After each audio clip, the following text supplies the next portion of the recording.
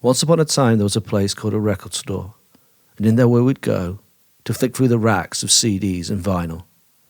We'd scan across eye-catching artwork before eagerly flipping over to read the credits and notes. Hasty calculations were made as to what we could afford and then were ignored as we handed over crumpled notes and coins. Having just enough money left for the bus home, we headed out, our newly discovered music stashed in a plastic bag, knocking against our legs as we hurried to the bus stop. Of course, that's only half the story. Few bands and artists could access the necessary recording equipment, and fewer still could achieve any kind of distribution without the backing of an established indie label.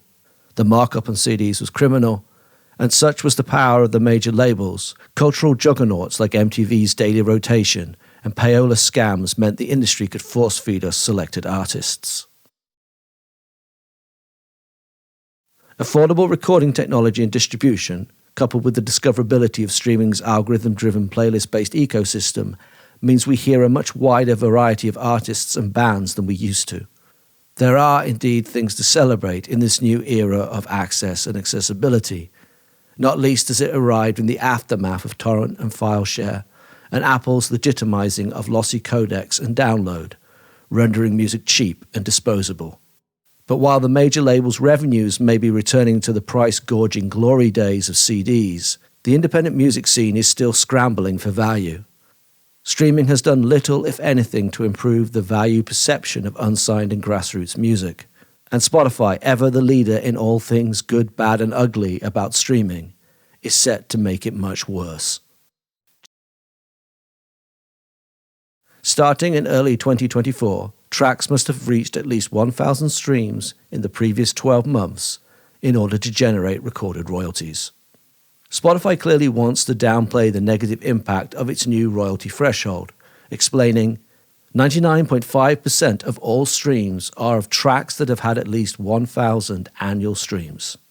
In reality, though, and this is according to Spotify's own data, in 2022, the number of tracks on its platform that had been streamed less than 1,000 times was 47.7 million.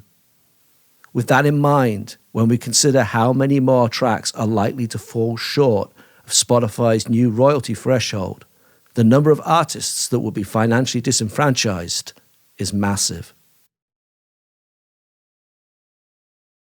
Tiny payments that typically don't even reach an artist, as they do not surpass distributors' minimum payout thresholds.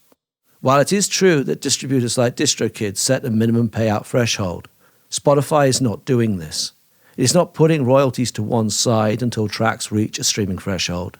It is rendering all royalties worthless when a track fails to reach the 1,000 streams threshold, and it is doing so on a year-by-year basis.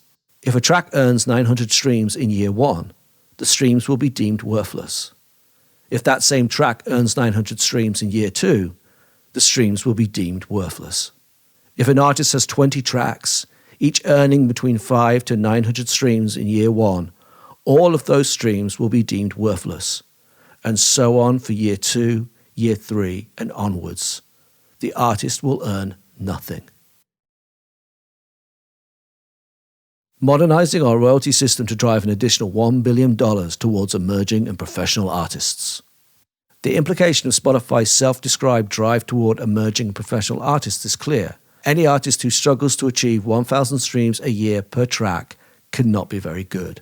Comparisons between the days of CDs and the age of streaming are often clumsy and overly simplistic. But for those of us who are old enough to remember, take a moment to think about how many CDs you've played over 1,000 times, or 500 times, or 100. Now consider how many CDs you own that you've only played a handful of times, perhaps only once or twice. There will be grassroots artists and bands on Spotify that have compelled their small number of fans to listen to their songs hundreds of times, but as of the beginning of next year, will see no earnings.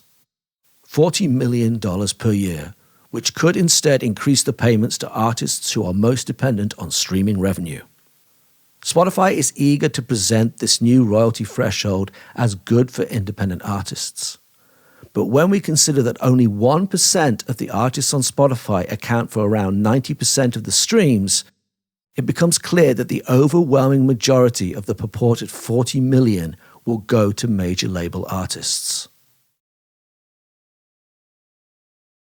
Nearly 80% of artists on Spotify, approximately 6.3 million, have a monthly audience of fewer than 50 people.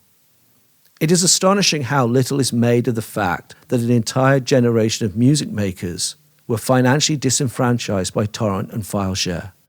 There has been very little outcry, and even less support offered in the light of the emotional psychological damage rendered as the world collectively deemed music to be without value. It is against the backdrop of unhealed wounds that Spotify will invalidate the music of millions of grassroots artists and bands. Artists and bands that have worked hard but struggled to attract listeners to their music in a world flooded with competition for our eyes and ears. They have not resorted to fake streams, pay for placement, or streaming farms, though Spotify's threshold may well drive some of them to doing just that. Once upon a time we valued music, and many of us still do. In these coming months and years, as the industry works to silence another generation of artists and bands, we who value music must make noise.